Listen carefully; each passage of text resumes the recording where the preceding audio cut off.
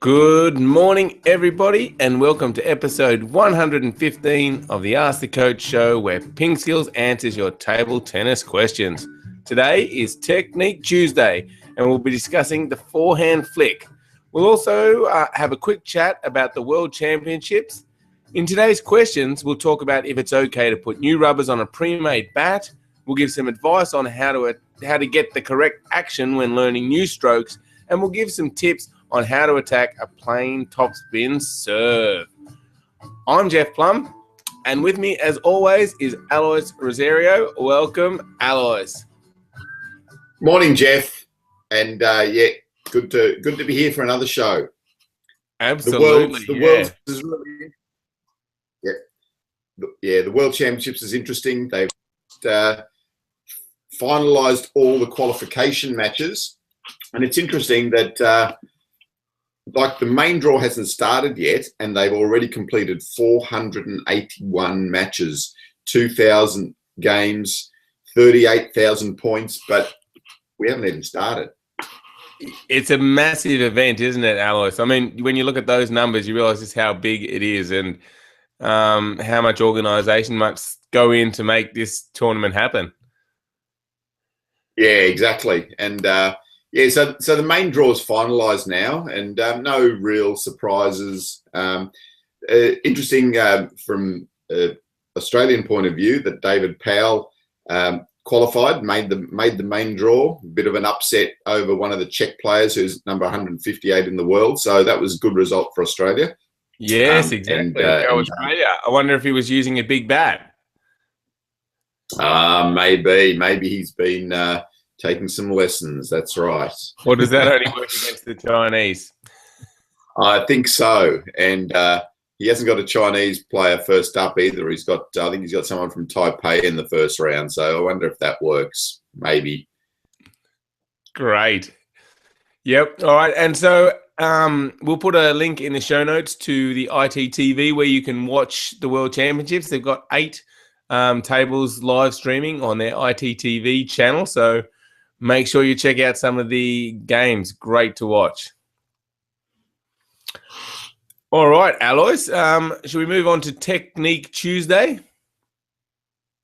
Absolutely. So today we're going to be talking about the forehand flick.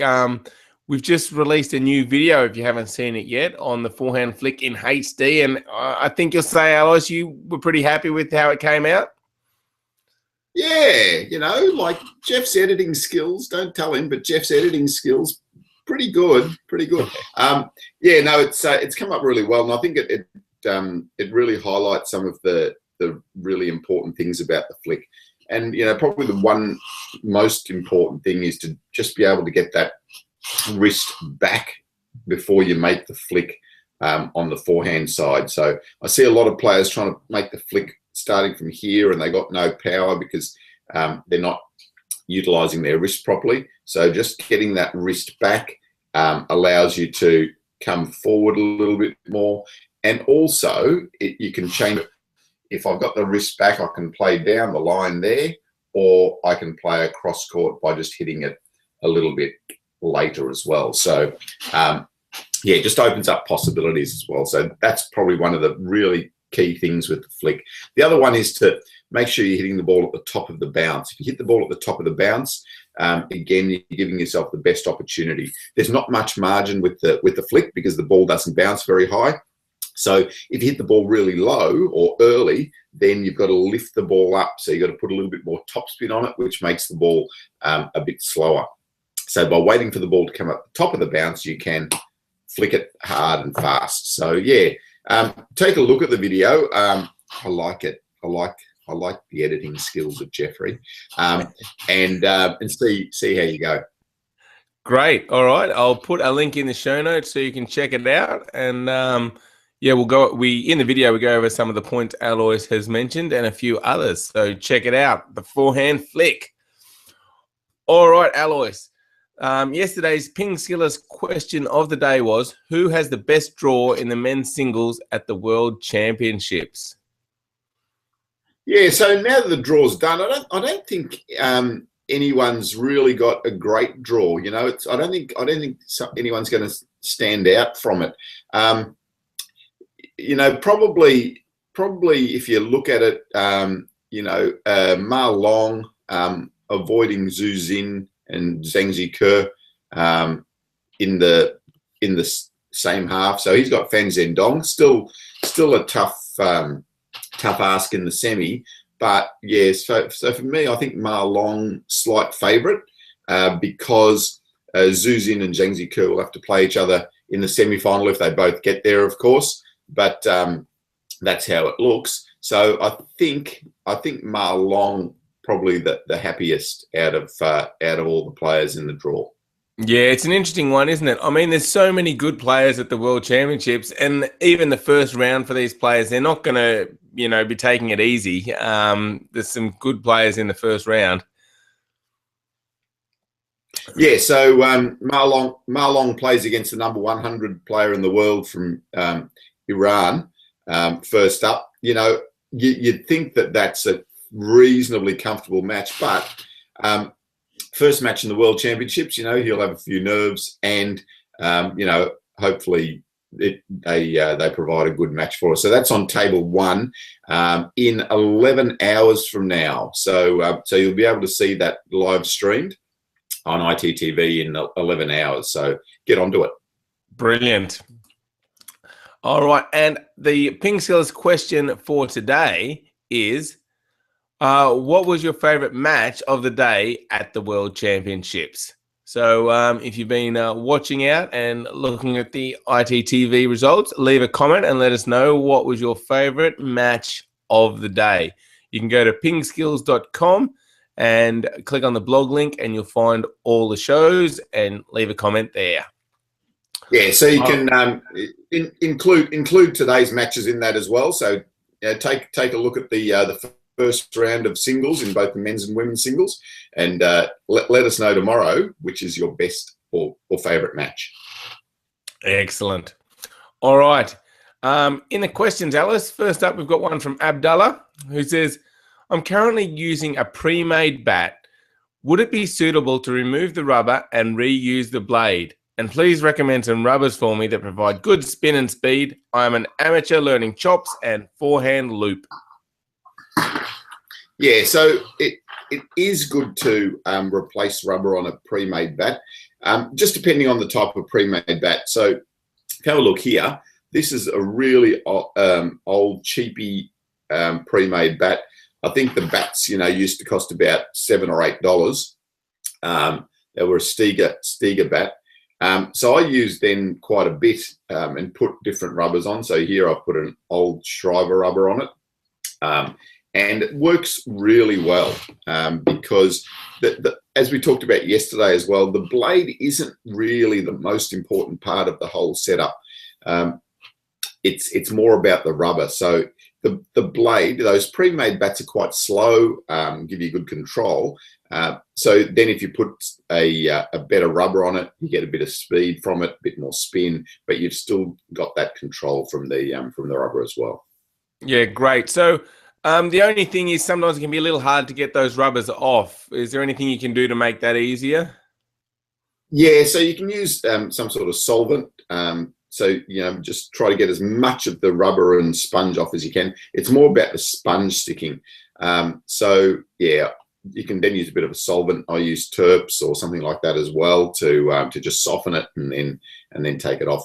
Or you could use a bit of sandpaper or grit paper and just sand it back as well. Yeah, and that's just because the pre-made bats, they use a really solid glue to stick the rubbers on in the factory. Whereas when you put the rubbers on yourself, you'll use just the normal water-based table tennis glue, and then that's much easier to take on and off. And then some rubbers for an amateur learning chops and forehand loops, Alois? Yeah, I mean, we like things like Mark V Shriver, those sort of rubbers, good control, give you enough spin. If you're doing a lot of chopping, then I'd just go a thinner sponge underneath it. So maybe a 1.5 millimeter sponge. If you're doing more attack, then probably the 2 millimeter sponge. So yeah, go with that. Great. All right. Thanks for the question, Abdullah, and hopefully that helps you out. Next up, Pavle says, I watch the stroke videos and focus on the techniques that I see. But when I actually start playing, I see that I'm doing the strokes nothing like I should be doing them. Can you please give me some tips for doing better on my strokes? Yeah, it's a common problem. The most important thing is that when you start to play your games, that initially, forget about the score, forget about trying to win points. Think first about implementing your strokes and techniques. Once you can do that, then you can start to focus a little bit more on your tactics and all that sort of thing as well. So first up, just focus on your technique when you're playing the game. So just transitioning that training time into your match time, and then you can go from there.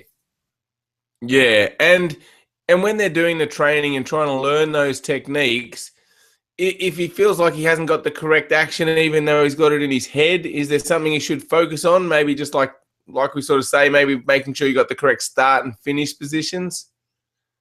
Yeah, the start and finish are the two crucial things. If you do those two things well, then your stroke will develop well. Don't try and make it too complicated, too complex. Start, finish, start, finish, start, finish is the real key. And if you do that in your match situation as well, then you'll start to be able to implement the strokes correctly. Great. All right. Well, so Pavle, try that. Really watch the videos again. Focus on the start and finish positions, and then in your training, just really make sure you're doing that. And if you like, you can try and film a bit of it so you can get some feedback on what you are doing. But yeah, keep working on getting the correct start and finish positions. If you do that, everything else will fall into place. So good luck, Pavle. Next up is a question from Christian, who says, I play with a friend of mine who is very good at consistency with returning the ball. However, I was wondering if I can attack his serve. His serve is a plain topspin serve that you guys said we shouldn't be using. Any advice on attacking it? Yeah. So if someone's serving a plain topspin serve and they're doing it regularly, so what you need to do is make sure you're ready in that good ready position, maybe just a little bit further away from the table, so not right up close to the table, because the topspin serve is going to come through to you.